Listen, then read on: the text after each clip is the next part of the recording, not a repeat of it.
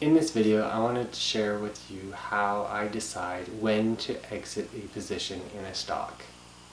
For those of you new to my channel, my name is Jared Ayers. I am a CFA charter holder. I've been investing for myself for about 20 years now and done pretty well, and therefore I have created this channel to share with anyone who is interested how I approach investing. So firstly, I want to talk about my own investing rules with respect to exiting a position. As you may have seen in my previous videos, I know exactly why I will want to enter a position, and likewise I never enter into a position that I don't also have a strategy to get out of.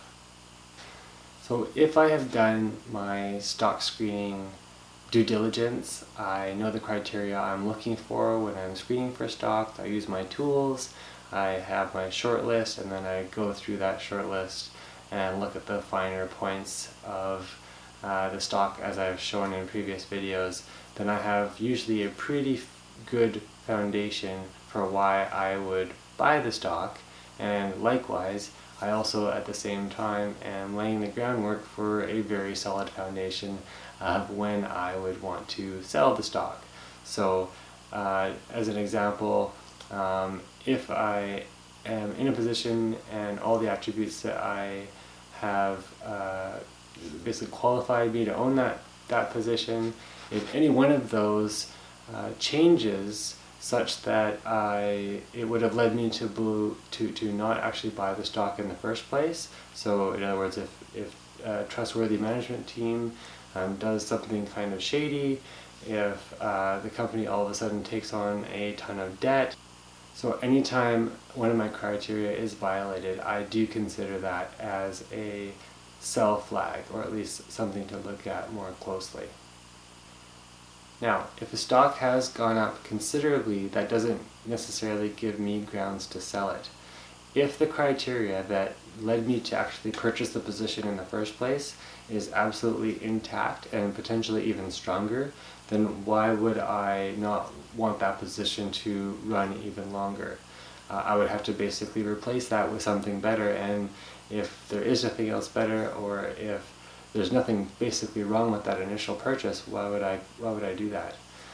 Similarly, sometimes stocks go down considerably due to market corrections or other events, and so the same thing applies. If the fundamentals, if the reasons for purchasing that initial position have not changed, or again are even stronger, and the stock price has come down, that wouldn't necessarily make me want to sell it, but rather want to potentially purchase more. Again, you have to look at the details about why the stock price came down in the first place, but again, that's the fact that the stock price moves isn't necessarily a key for me to decide whether or not I should sell the stock.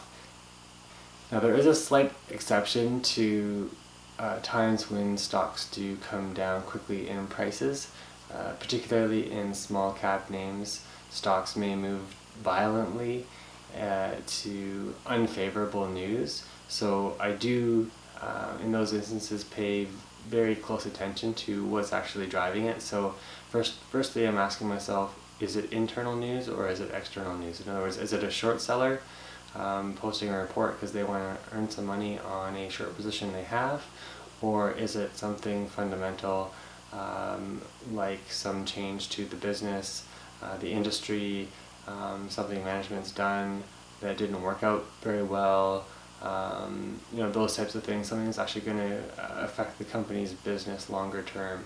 In that case, I want to be paying a little bit more attention to it. If I do have a stop loss order on the position, if it's a smaller cap name, I very well might, then I also have the opportunity, if I've been stopped out, to sort of do a little bit more due diligence on the pricing activity and decide whether I want to get back into the position or remain out of it, or sometimes if I haven't put a stop loss position on, then that extra due diligence due to the sudden drop may lead me to decide I need to exit the position as well. So again, you want to understand what the nature of the stock price change actually is before you make the call on whether or not to sell a position. in my opinion.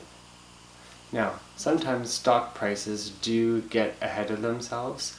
They rise far faster than the values that I have attached to the stock. Now again, if nothing fundamental has changed, if the reasons for why I purchased that position haven't changed, then I may continue to hold it like I said previously. However, there are two exceptions to that, and the first one is whether or not there are other opportunities. So if the stock that has gotten ahead of itself has priced itself far greater than the intrinsic value I've attached to it, I may trim that position in favor of buying another opportunity that maybe I determine has a price at a deep discount to the intrinsic value that I've applied to it. So again, it's just sort of shifting from one to the other. I would only do that in the likelihood that I need to raise capital to purchase that other opportunity. If I don't need to raise capital, if I have enough cash, then all is well. I'll just go purchase the other opportunity and keep the original position.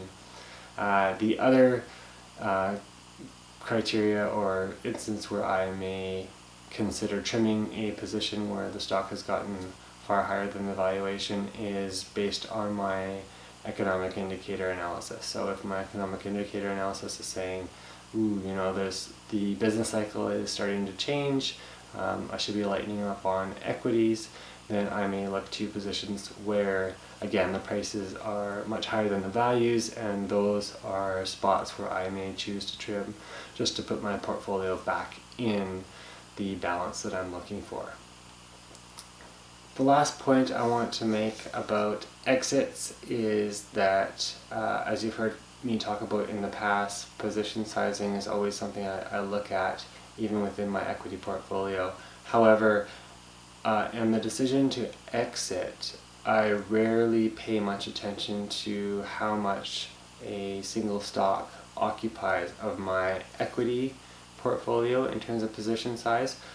Position sizing within my equity portfolio is usually only a consideration when I first enter into a position. It rarely has a basis for selling a position if it has grown to a larger portion of my portfolio. I look at those other criteria that I previously mentioned instead when I'm considering whether or not to sell a specific equity position. So to summarize the topic of exiting equity positions, basically never get in unless you know how to get out. At least that's how I approach it.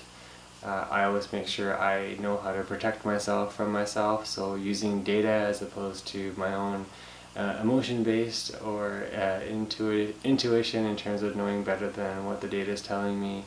And finally, honestly, if you can't really manage, or if you don't trust yourself to stick to your stated strategy, then sometimes the best thing really is to let somebody else handle your money in that situation. So that is my video on exiting my equity positions. I hope you found some of that useful. If you do like the video, please by all means always hit the like button. If you're new to my channel and you'd like to see more of this kind of content, feel free to hit the subscribe button. And if you want to leave comments, let me know what your strategies are for exiting your equity positions. I'd love to hear about them. So please fill in that section as well with anything you want to share. So until next time, thank you very much for watching.